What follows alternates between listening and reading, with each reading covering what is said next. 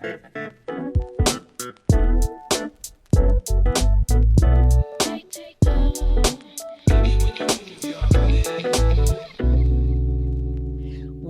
to the realest podcast you'll ever listen to. I'm LT. I'm Kiki, and we're here to talk blunt. Are you ready to talk blunt? I am. What do you want to talk about today? Today, I want to talk about the workplace and what I'm calling the visible cap. Is it visible or is it invisible? It's visible. And here's why I say it's visible because I'm looking at an article and the Biden administration notes that for women is paid in 2024, a woman still makes 84 cents less on the dollar than a man, and a woman of color makes even less. So the pay inequities are real. And I just believe that there's this cap that intentional or unintentional is kind of keeping women from building generational wealth within the workplace. So I actually can share a story. And you say visible, I say invisible. I'm one of those people that I really have struggled with believing that that still exists today.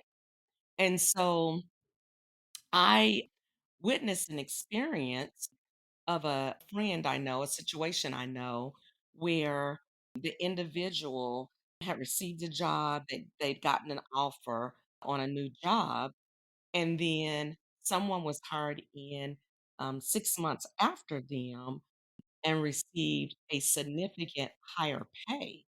This individual didn't even know that the person had received a significant higher pay, really hadn't lobbied for more money when they accepted their offer.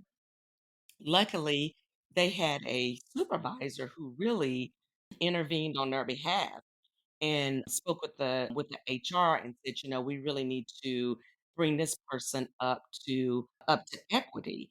And because of that, they received a significant increase to match the Caucasian female that was hired in at a significant higher salary with less experience.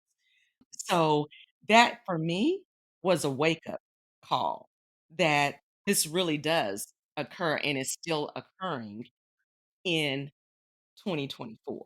So I'm Um, curious. I'm gonna mhm, stop you right there because mhm. I'm curious as to why you didn't see that prior to that event. Like, what was it that?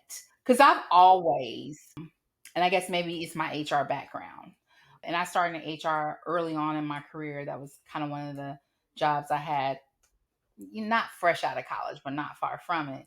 So I've always known that pay equity was an issue. Even, when I was working I used to do contract temporary assignments for different companies. And not only was there a pay equity gap between men and women, but there was a pay equity gap between people of a certain age. Like they wanted to pay someone older more, not necessarily more qualified than someone who was younger, but had, say, a degree. But an older one, well, they have more experience. I can depend on them to come to work.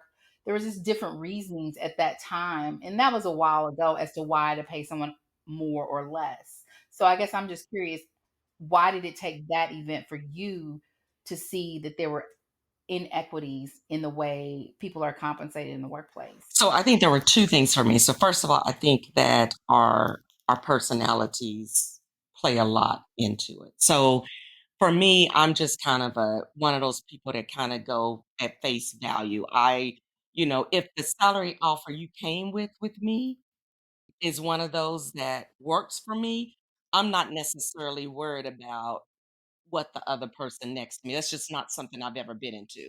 But I think the other part that I think made me feel like that didn't happen is to your point. You said you've worked in HR. Okay, well, having been in management for a significant amount of years and negotiating salaries, I've never felt as though I hadn't witnessed that.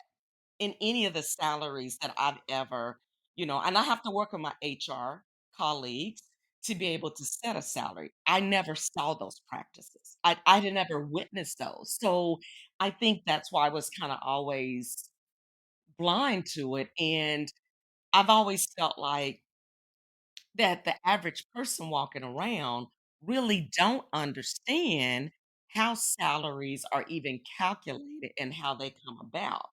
And so I've always felt like, okay, well, we just kinda and I'm and this I know this is kind of one of those things where we differ on, but I'm like, okay, we need to move past the days of old and, and not focus so much on those pieces. And I felt like that a lot of times people just focus more on that when I've heard those, and people just really don't understand how salaries are calculated. Was really that was my blindness to it, and I'm just being honest and transparent here. I'm talking bluntly.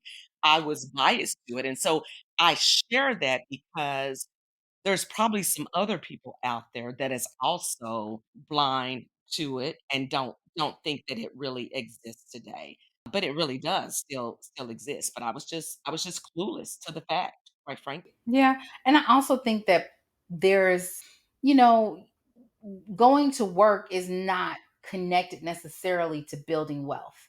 And I know that sounds kind of counterintuitive, Right. but you go to work, it's a job, you don't necessarily expect to get wealthy at your job. Right. But I think you have to look at the fact that you spend 80, 90% of your time working. Mhm. If you are doing that at a pay that's less than what you should be working at, that in itself is going to impact generationally how you provide for your family. Absolutely. So when we talk about the inequities that exist, especially coming from an HR background, why do you think they exist? I mean, I think it goes back to systems and systemic policies and procedures.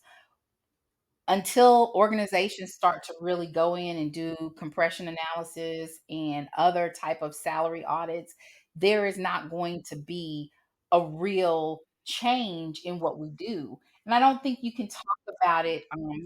We had our last podcast talked about angry. Mhm. It's not an anger issue for women; it's an equity issue. And again, it's an equity issue for women of color. But I think a lot of times because of the uniform or because the way people approach different conversations, it can be looked at as, they're jilted or it's an old conversation. They need to let it go.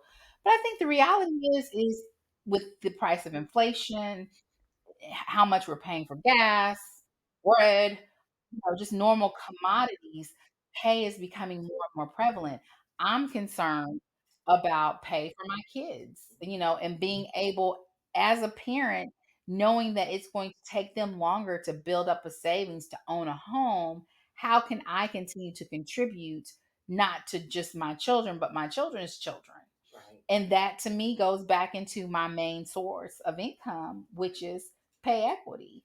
And I think that's where when you get a promotion on a job or when you take a new job, teaching women how to negotiate their salaries, teaching women that it's okay to say, you know what, I'd like to a counter offer and here's why, and this is the foundation for why I believe I should be making more money. It's okay to do that. Oftentimes women, girls, we're taught not to push back. Right. And that has created some of the gaps. And I think also the fact that, for years women stayed home and men went to the office. And when you talk about black women, we were the ones taking care of the homes, a lot of times for working women and men. And so some of it is society, and getting out of those society norms and being able to have a blunt conversation on pay equity and why you need to pay people based on their qualifications and skills and not the way they look or their background. So talking bluntly, do you think that there's a myth or a thought or somewhere maybe it's even subconsciously, not even consciously effort that this male needs this amount of money. This female don't because they don't even need to be here working. I do. I mean, honestly, I think there is some undertones of that. I still think there's undertones of people that think that people of color aren't smart as, you know, Caucasians, white people. I think there's those undertones that unfortunately still exist, are Oh, bred and absolutely. taught. So I think that as long as we have those, we have to continue to have the blunt conversations and challenge our leaders, challenge our CEOs, our COOs, to look at and continuously look at our equity pay. Because I think generationally, you're going to have more people leaving traditional jobs, jobs that we depend on in our country to keep us moving, living, like nurses, educators. You're having people leave these fields because they see, you know what, I can go out and make more money doing, something more creative and something more spontaneous than a traditional job that my mom or dad did. And we need people at the bedside. We need educators. So we have to address the pay equity issues in order to keep workforce. So before we move this, because I've got another angle I want to go to, but before we go forward, I want to go back and touch a little bit more on something you said because you talked about, doing salary reviews. But from my lens and what I know about salary reviews won't necessarily fix these inequities that we're talking about because when you think about salary reviews, first of all, understanding that you got your mean, your mid, and your max salary. And if you are already making above mid in traditional salary grades, not always. I know there's organizations that's starting to think a little bit differently, but traditionally, if you're already above mid, you aren't going to even get a salary increase and be looked at, which further compresses the salary gap.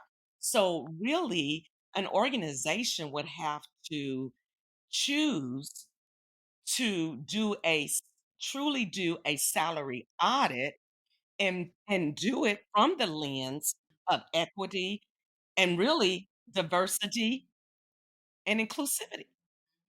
I mean, because if you don't look at it from all those angles, then you're not gonna really fix the issue. I mean, from your HR side, would you agree with that? I agree. I think, that's very true. I go back to processes and procedures Mhm. and having, you know, organizations have those conversations amongst the C suite and how they get that done. It shouldn't take a year, in my mind, you know, for you to make adjustments in salaries. Right. But sometimes it takes a year or 2 years. I think that, and for whatever reasons, organizations' infrastructures are very different. And I think, like people, you have to meet organizations where they are. But I also think we have to be cognizant of the role inequities within pay play in terms of those frontline employees that toe the road in organizations and how they are working multiple jobs to put their kids through school, to put food on the table, to make doctor's appointments. And how do we move the needle on that? And I think we just have to look at it in with a little bit more agility because it's impacting women in a great way, but it's impacting our society even greater.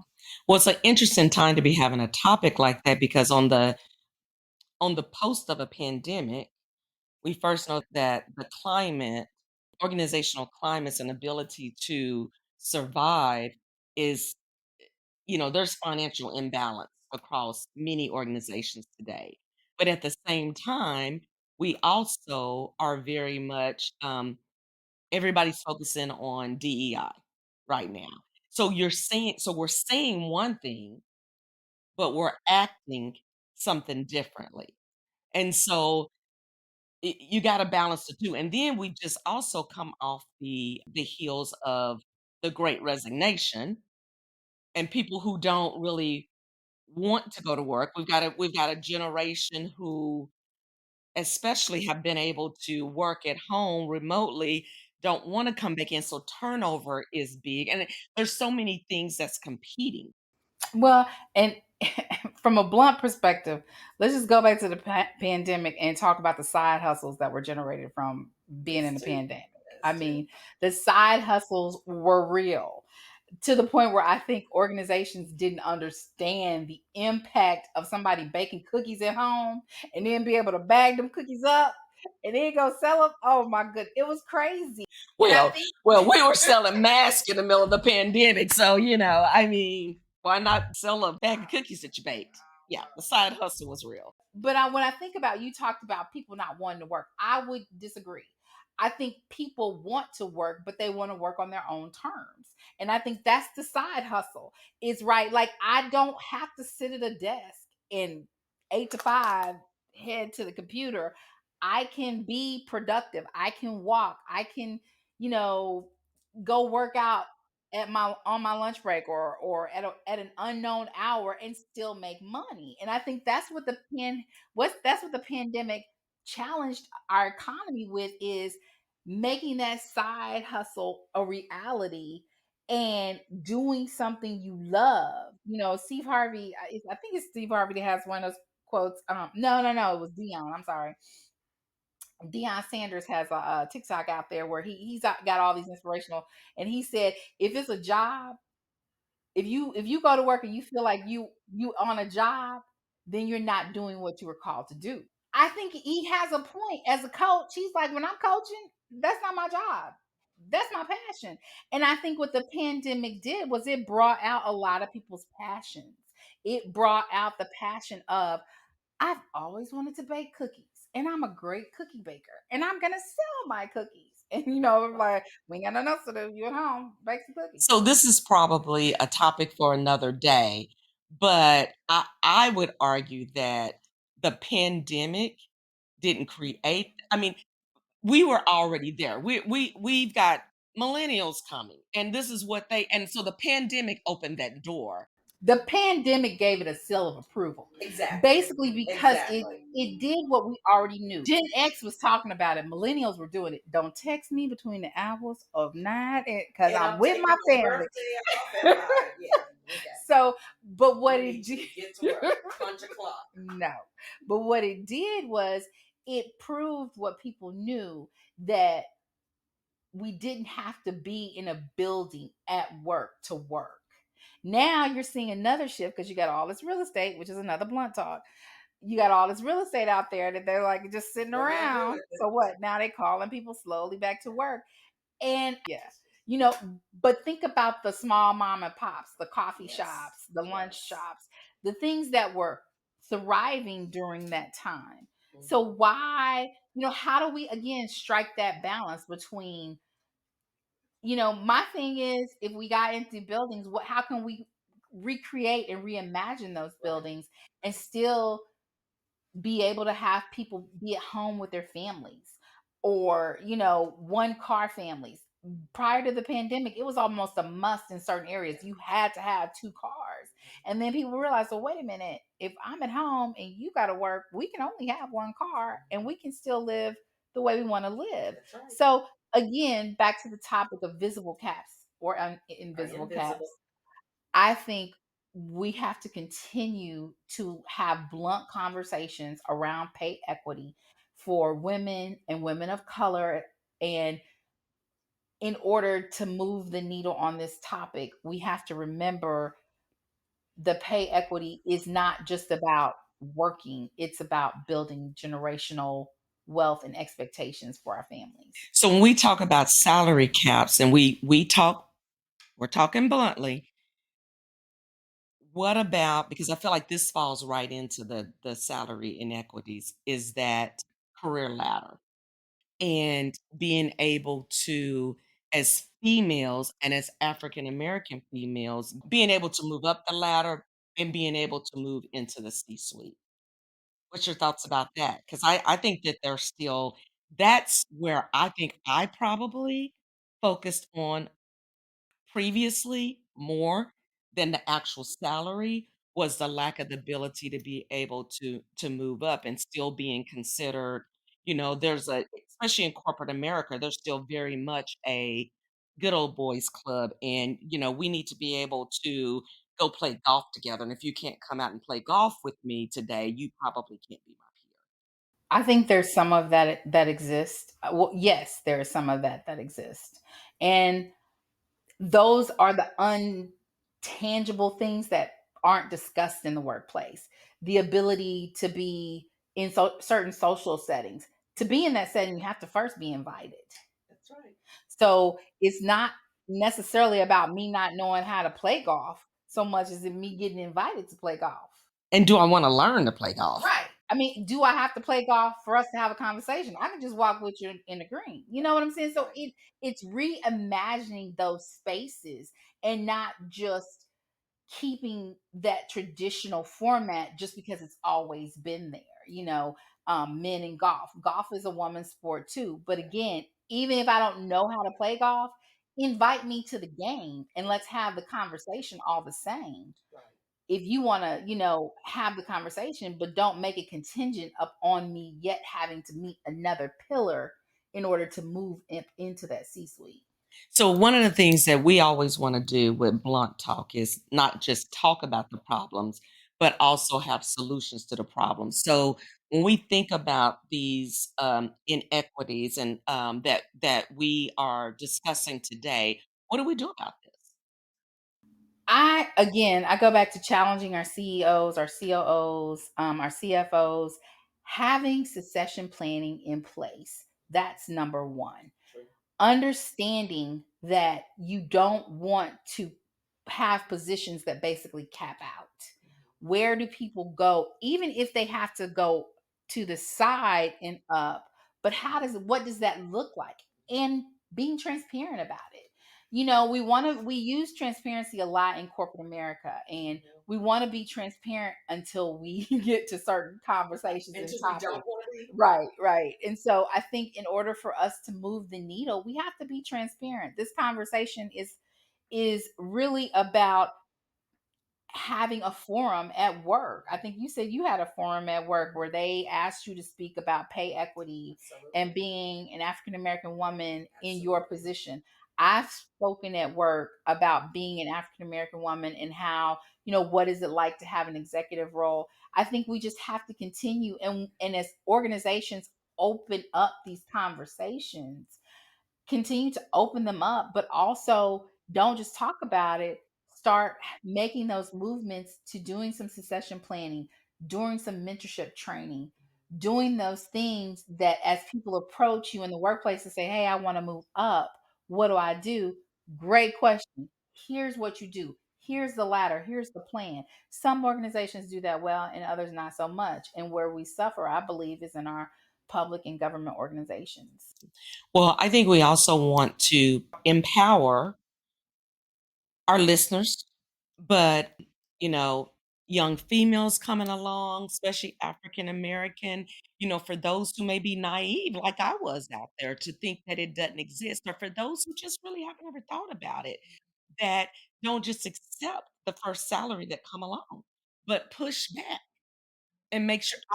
You know, my late pastor used to always say, "A closed mouth can't get fed. All they can do is say no."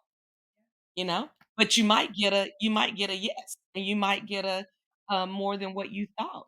But if you don't even inquire, because sometimes we allow, and I'm truly speaking for myself who was naive, we may allow or also support that system by not challenging the status quo of what they offer you. So I think we have to empower and teach young females, especially of color, to speak up and not just accept the first offering that comes their way. Right.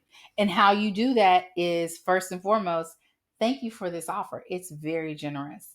I'd like to be considered for a different salary. This is why, and have that open conversation. I mean, I think it's okay to counter offer and whatever that looks like for you. So if you're out there, if you're listening, if you have great tips on how to counter offer a job offer, send it our way. We'll share it with our audience, and that way women, people in general, can learn how, if you feel like you've been offered a salary that's lower than a salary you anticipated, there are ways to counter that and ways that you can overcome that. and do your homework. Do your Yes. homework in ahead of time.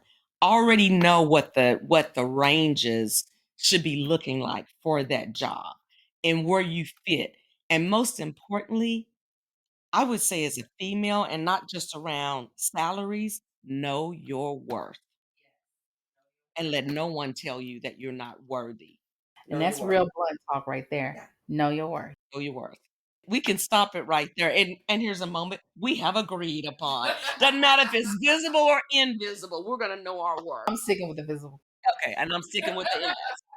Obviously, it was invisible to me. So that's blunt talk. It's been real.